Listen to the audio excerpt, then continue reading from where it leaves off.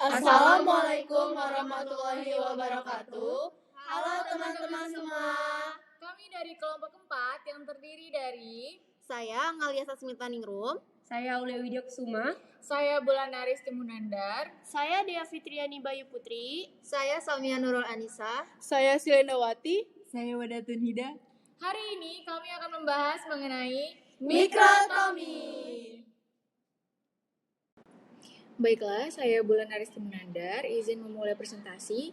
Topik-topik yang akan kita bahas pada hari ini itu meliputi pendahuluan, klasifikasi mikrotom, bagian-bagian mikrotom, tipe pisau mikrotom, teknik mikrotomi, cara penggunaan mikrotom, hal-hal yang perlu diperhatikan, troubleshooting, dan cara perawatan.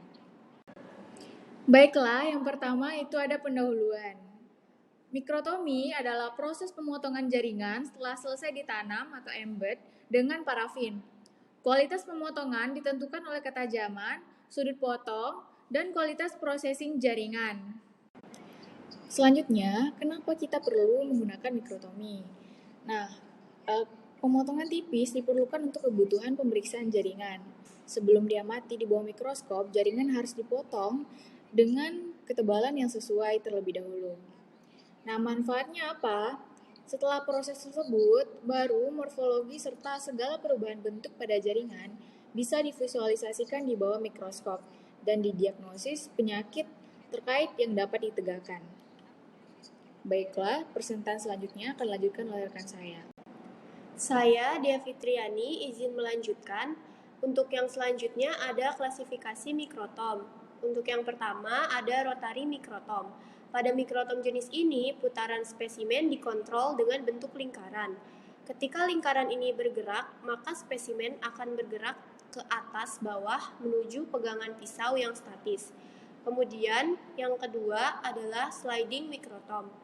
Pada mikrotom jenis ini, pisau mikrotom bergerak maju mundur menuju spesimen yang statis. Untuk yang selanjutnya ada bagian-bagian dari mikrotom.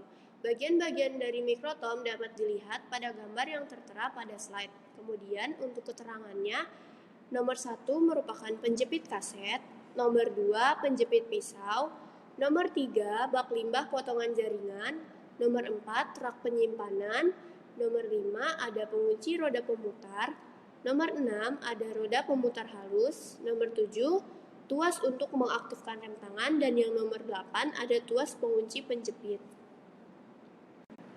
Untuk bagian yang selanjutnya, nomor 9 adalah tuas pengarah posisi penjepit kaset, nomor 10 roda pemutar kasar, nomor 11 tuas untuk mengaktifkan mekanisme pemotong kasar, nomor 12 ada tuas penguncing untuk pengarah posisi penjepit pisau, nomor 13 ada skala ketebalan potongan, nomor 14 ada knop tambahan untuk mengatur ketebalan potongan, dan yang terakhir nomor 15 adalah pengunci pisau. Selanjutnya akan dilanjutkan oleh rekan saya.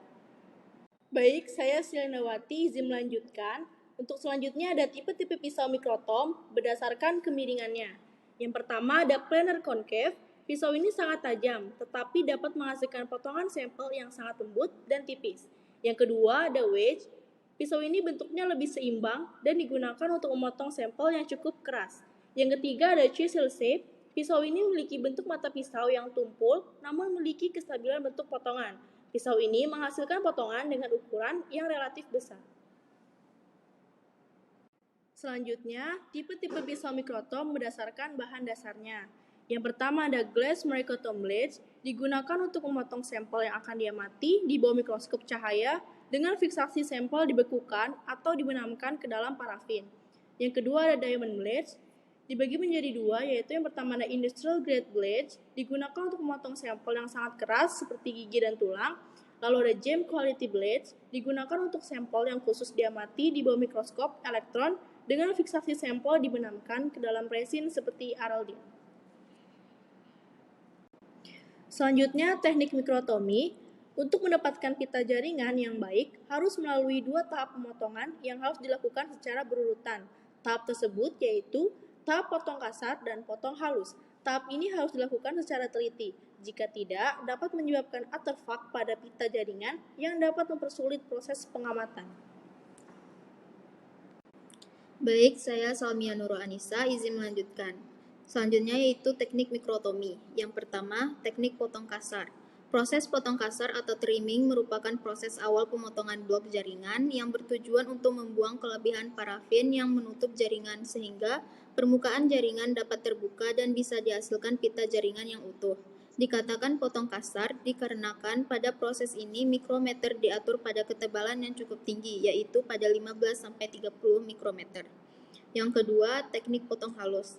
Proses potong halus ini bertujuan untuk menghasilkan pita jaringan dengan ketebalan tertentu. Blok jaringan yang akan dipotong harus didinginkan terlebih dahulu untuk memberikan suhu yang stabil pada blok parafin dan jaringan. Ketebalan pita jaringan untuk jaringan hasil pembedahan rutin ialah 3-4 mikrometer. Pada proses ini perlu dilakukan dengan teliti karena jika tidak dapat mengakibatkan artefak pada pita jaringan.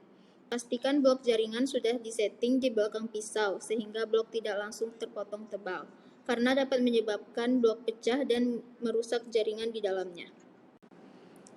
Selanjutnya, cara penggunaan mikrotom. Yang pertama, rekatkan blok parafin yang mengandung preparat pada tempat duduknya di mikrotom dan dikunci dengan kuat. Yang kedua, letak pisau mikrotom pada tempatnya dan atur sudut kemiringannya. Biasanya sudut kemiringan berkisar antara 20 derajat sampai 30 derajat. Ketiga, atur ketebalan potongan yang diinginkan. Biasanya dipakai ketebalan antara 5 sampai 7 mikrometer. Yang keempat, gerakan blok preparat ke arah pisau sedekat mungkin dan potonglah blok preparat secara teratur dan ritmis.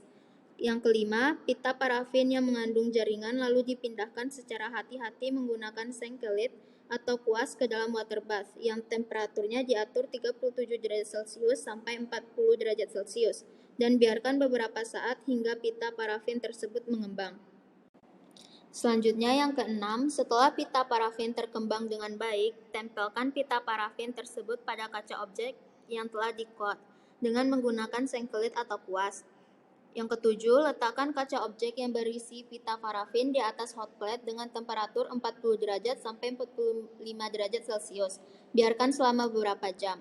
Cara lainnya adalah dengan melewatkan kaca objek di atas api sehingga pita parafin melekat erat di atas kaca objek. Yang ke-8, setelah air kering dan pita parafin telah melekat dengan kuat, simpan kaca objek berisi potongan parafin dan jaringan sampai saatnya untuk diwarnai. Baik, saya Wadah Hatunida, izin melanjutkan.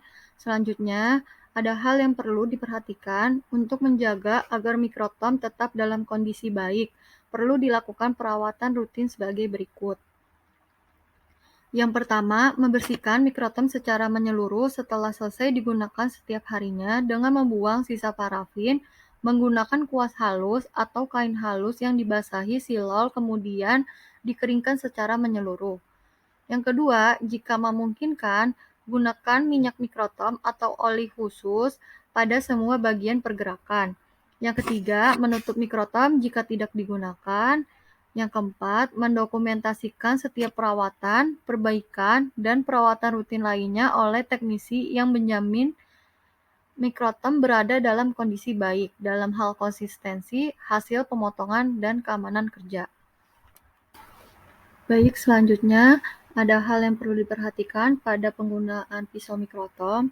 Yang pertama, perangkat penjepit pisau dan blok harus bersih dan bebas cacat.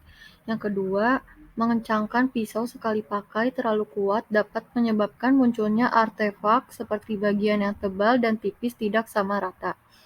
Yang ketiga, pastikan pisau dalam keadaan bersih dan tajam, hindari pemakaian satu pisau dalam jangka waktu yang terlalu panjang. Yang keempat, posisi pemotongan harus disesuaikan sedikit demi sedikit untuk mengurangi masalah yang terjadi pada saat pembuatan pita jaringan. Yang kelima, jaringan yang sangat keras akan sulit dipotong menggunakan pisau sekali pakai.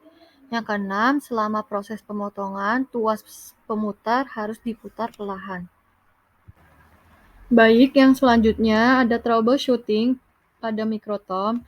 Permasalahan seringkali terjadi ketika menggunakan mikrotom. Berikut ini adalah ringkasan masalah yang paling umum yang dapat diidentifikasi di mikrotom. Banyak masalah mikrotomi memiliki sumber, jadi yang terbaik adalah mengatasinya satu persatu sampai masalah teratasi. Yang selanjutnya akan dilanjutkan oleh rekan saya. Saya Aulia Widya Kusuma izin melanjutkan. Untuk troubleshooting yang pertama, yaitu ada pita atau potongan paralel yang menggulung. Permasalahan yang pertama yaitu potongan tidak tersambung. Untuk solusinya, potong blok hingga paralel. Permasalahan kedua, pisau tumpul. Solusinya, ganti pisau atau geser pada bagian yang berbeda. Permasalahan ketiga, ada kelebihan parafin. Solusinya, potong kasar kelebihan parafin. Permasalahan terakhir yakni adanya listrik statis pada pita sehingga pita menggulung ke atas. Solusinya, lembabkan udara di sekitar area pemotongan, hindari penyebab listrik statis, kemudian tempatkan lembaran pengaring dekat mikrotom. Troubleshooting yang kedua yaitu potongan yang tebal dan tipis. Permasalahan pertama, parafilm terlalu lembek untuk jaringan. Solusinya, dinginkan blok atau tanam ulang jaringan pada parafin yang lebih keras atau paraplastin. Permasalahan kedua, sudut pemotongan kurang tepat. Solusinya, atur ulang sudut pemotongan. Permasalahan ketiga, pisau atau blok longgar saat dijepit.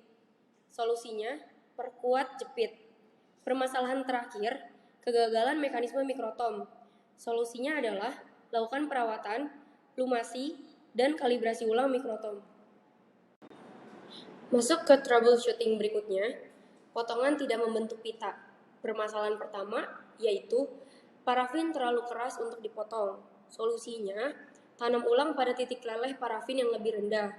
Permasalahan kedua, robek di tengah pita. Solusinya, bersihkan pisau dari sisa parafin dengan kain yang diberi sedikit silol.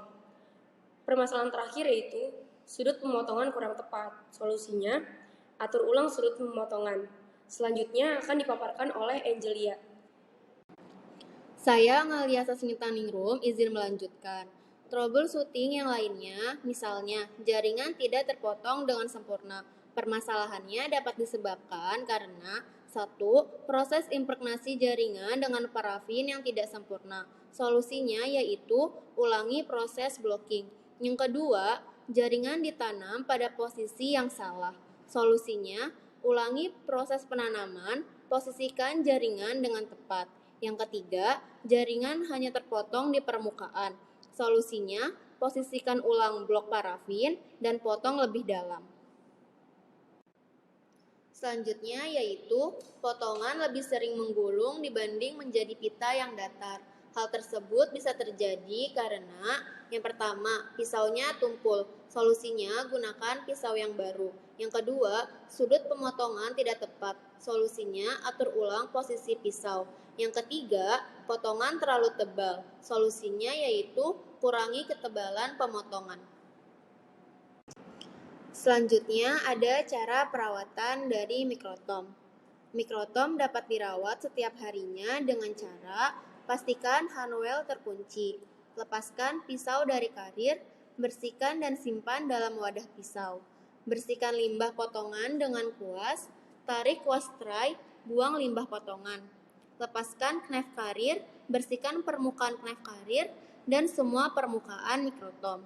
Mikrotom sebaiknya ditutup dengan plastik atau dimasukkan ke kotak jika tidak sedang digunakan.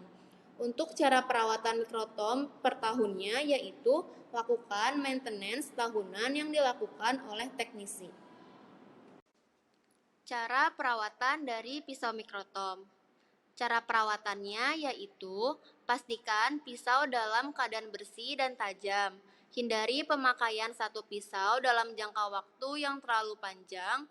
Posisi pemotongan harus disesuaikan sedikit demi sedikit untuk mengurangi masalah yang terjadi saat pembuatan pita jaringan.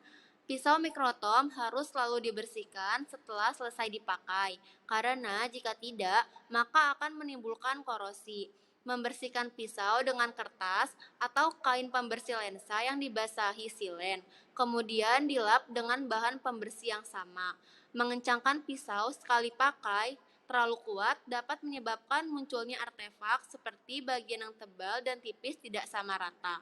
Selama proses pemotongan, tuas pemutar harus diputar secara perlahan. Sekian presentasi dari kelompok kami. Terima kasih.